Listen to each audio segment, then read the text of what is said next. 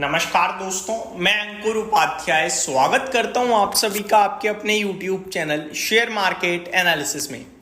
दोस्तों, कुछ स्टॉक्स हैं जिनको लेकर बड़ी खबरें आते हुए दिख रही हैं, जो मैं आप सभी के साथ इस वीडियो के माध्यम से शेयर करूंगा। जस्ट ब्रेकिंग न्यूज़ है एक तरीके से, जिनको लेकर ये स्टॉक्स मंडे के ट्रेडिंग सेशन में एक्शन दिखा सकते हैं। पहला स्टॉक है दोस्तों अशोका बिल्डकॉन। इसके लिए खबर है, कंपनी को 478 करोड़ के ऑर्डर्स मिलते हुए दिखे हैं MMRDA से। सिंपल लैंग्वेज में बोला जाए तो कंपनी को ऑर्डर जीते हैं, कंपनी ने ऑर्डर जीते हैं लगभग 478 करोड़ के। नॉर्मली अशोका बिल्डकॉन का शेयर जो है वो ऑर्डर्स पे रिएक्ट करता नहीं है। मैंने एक दो बार पहले भी कवर किया है इसको कि ऑर्डर मिलते हुए दिखे हैं, बड़े ऑर्डर्स भी मिले हैं, ये स्टॉक रिएक्ट नहीं करता है। लेकिन अच्छी बात यह है कि टेक्निकल टर्म्स पे बहुत स्ट्रांग दिख रहा है, हायर हाइज की ट्रेजेटरी में स्टॉक चल रहा है। मेरे को लगता है किसी के पास भी उसे होल्ड करना चाहिए। 220 के स्टॉप लॉस से टारगेट बनेगा 240, 250, 260 रुपए का, और इवेंचुअली ये अपने फ्रेश 52 वीक हाई भी दिखा सकता है। दो तीन बड़ी अच्छी चीजें दिख रही हैं। पहली तो केवल 11 के पीई पे उपलब्ध है शेयर। दूसरी बात, स्टॉक का टेक्निकल चार्ट पैटर्न बहुत स्ट्रांग है। तीसरी बात, कंपनी को पॉजिटिव न्यूज मिल रही है, 500 करोड़ के करीब के ऑर्डर मिल रहे हैं। तो ये तीन चार चीजें अच्छी दिख रही हैं, जिसके चलते मेरे को लगता है एक्शन में आना चाहिए। और आप इसमें अगर इन्वेस्टेड हैं तो इन्वेस्टेड रहें, और इन्वेस्टेड नहीं है तो आप फ्रेश एंट्री भी ले सकते हैं इस स्टॉक में, अशोका बिल्डकॉन लिमिटेड। आगे बढ़ते हैं दूसरे स्टॉक की तरफ।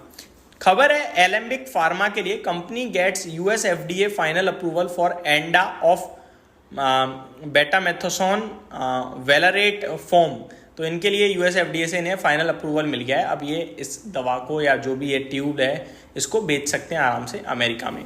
आगे है SBI को लेकर दोस्तों बड़ी खबर है। कंपनी प्लान कर रही है फंड रेजिंग को लेकर, और बड़ा फंड रेज हो रहा है। लगभग 5 करोड़ से 7,500 करोड़ के करीब का फंड रेज होगा, और ये बॉन्ड इशू के द्वारा होगा, टायर 2 बॉन्ड इशू के द्वारा। तो ये कंपनी ने अपडेट देते हुए दिखी है। कंपनी 3:24 आज के सेशन में ही अपडेट आई है।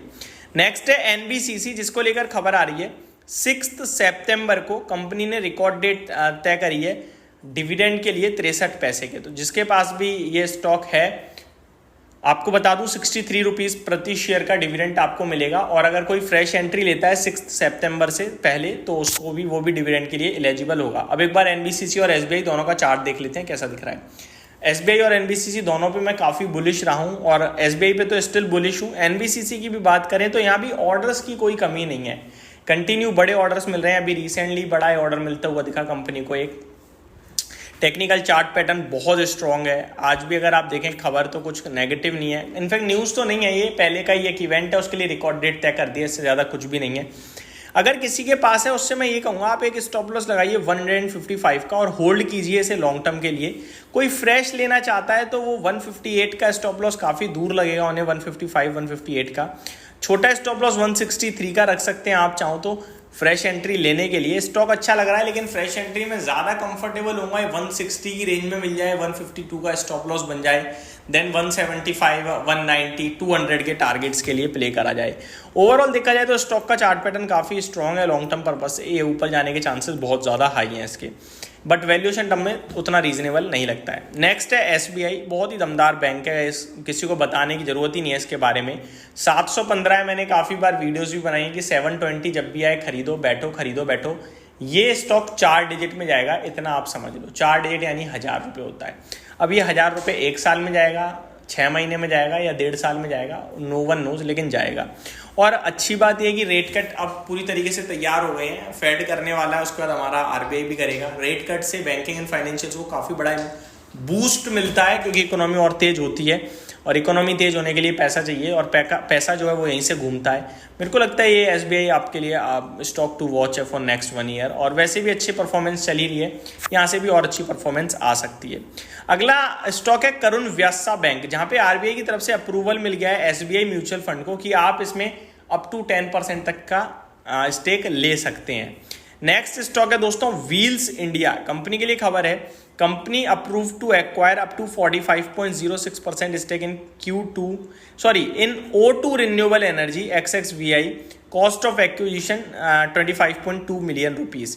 नेक्स्ट स्टॉक दोस्तों जिसके लिए न्यूज आते हुए दिख रही है वो है आपका JSW एनर्जी के लिए खबर है, श्याम मेटालिक्स, रेलिगर एंटरप्राइजेस, बट छोटी छोटी खबरें हैं जो मैं यहाँ पे डिटेल में डिस्कस नहीं कर रहा हूँ। बजाज इलेक्ट्रिकल्स के लिए एक बड़ी न्यूज़ है।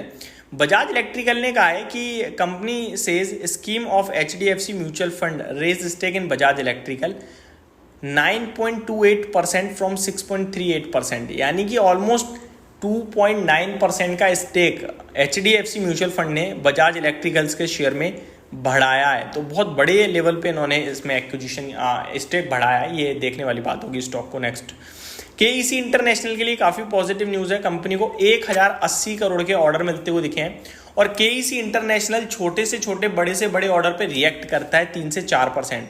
मेरे को लगता है KEC इंटरनेशनल कल आपके लिए लगभग 4 से 5% गैप अप आना चाहिए और ये स्टॉक कल मंडे को गैप अप आएगा डेफिनेटली, और गैप अप के बाद हमें कुछ करना नहीं है लेकिन गैप अप मिल जाएगा। आगे आपके लिए वेरॉक इंजीनियरिंग, FDC और लेमन ट्री के लिए भी कुछ खबरें आते हुए दिखी हैं छोटी मोटी, बट बड़ी चीज़ें जो थी वो मैंने आपके साथ डिस्कस कर दी। होप आपको सारी चीज़ें समझ में आई होंगी। Thank you so much for watching this video. Have a great day guys.